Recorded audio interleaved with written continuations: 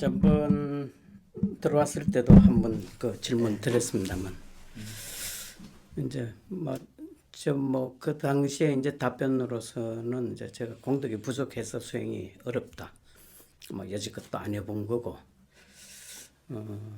그래서 그런 걸 자꾸 쌓아야 되고 그 방향은 알겠습니다만 실제로 이제 하는 데는 정말 이런 데 와서 옆에서 수행하시는 분들에 반만 저 참 저렇게 잘 하는데 저는 앉으면은 생각이 삼지팔방 온 데 돌아다니고 하다못해 그 옛날에 그 강아지 훈련 시킬 때 보면은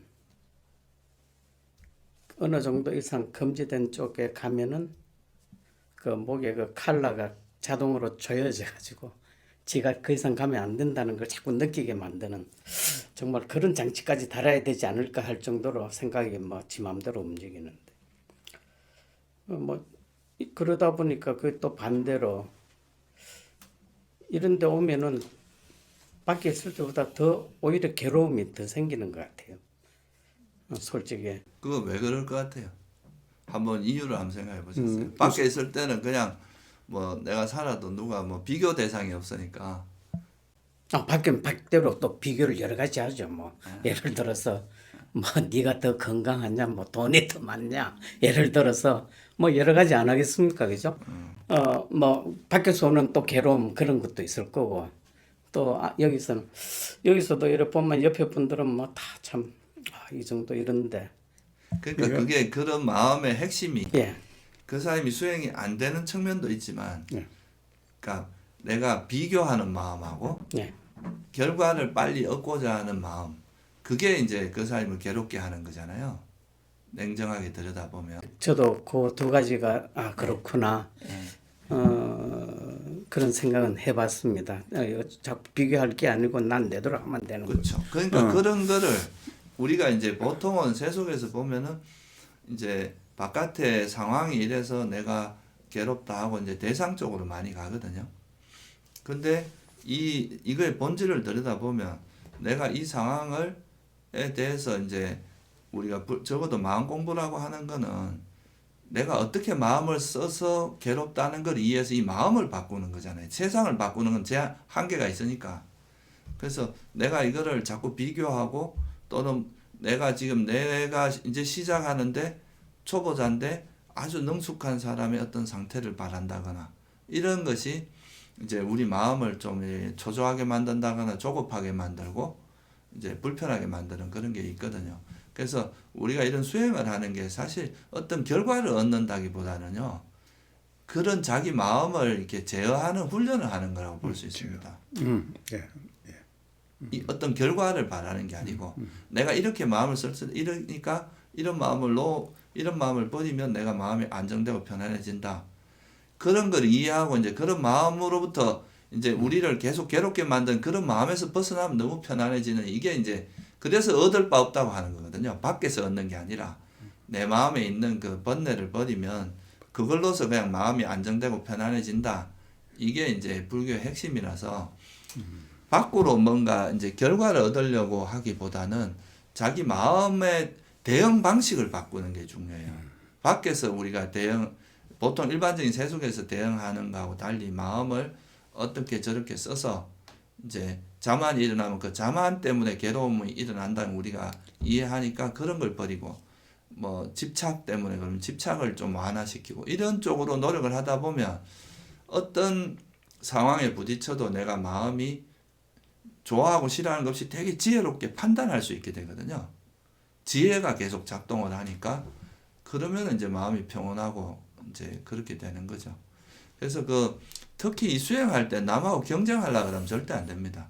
왜냐하면 이거는 우리가 이런 이제 컵이 있는데 이걸 두 사람이 가지려고 하면 누군가 경쟁해서 이기려고 해야 되잖아요. 근데 수행은 자기 마음속에 있는 그 욕심을 버리는 건데 이건 누구 경쟁회가 될 일이 아니잖아요. 자기한테 있는 그 문제를 해결하면 되는 거지. 그건 그 사람 일이고, 그러니까 다른 사람 번뇌를 버리는 건 그 사람의 몫이고 내가 내 문제를 해결하는 건 내 몫이란 말이에요. 그러니까 이제 그렇게 경쟁하거나 이런 게 별 의미가 없어요. 결국은 자기 문제거든 이게. 그래서 부처님께서도 자업자득이라고 했잖아요. 자기가 짓고 자기가 받는 거니까. 그래서 이제 제가 이 마음을 들여다보면은 물론 뭐 경쟁심 이런 것도 있을지 모르겠습니다만 그보다도 그냥 제 자신의 어떤 그 위축감, 어?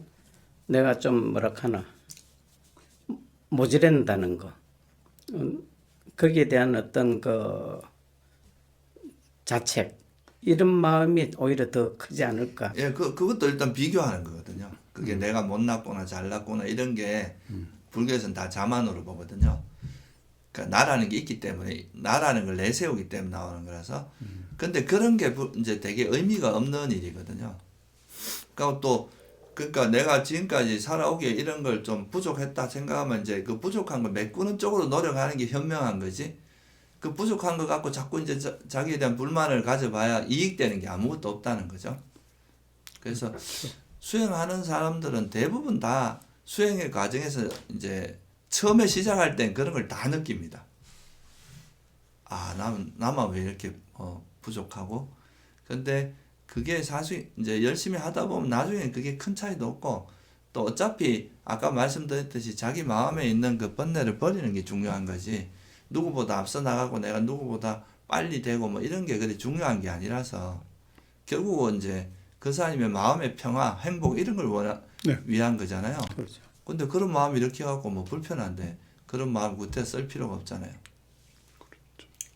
그래서 우리가 이제 보통 세속에서 남하고 막 비교하는 심리, 그리고 또 막 괴로움인 것을 행복으로 착각해가고 쫓아가는 거, 영원할 수 없는 걸 영원하길 바라는 거, 이런 거를 이제 포기하는 것도 수행에서 굉장히 중요한 지혜거든요.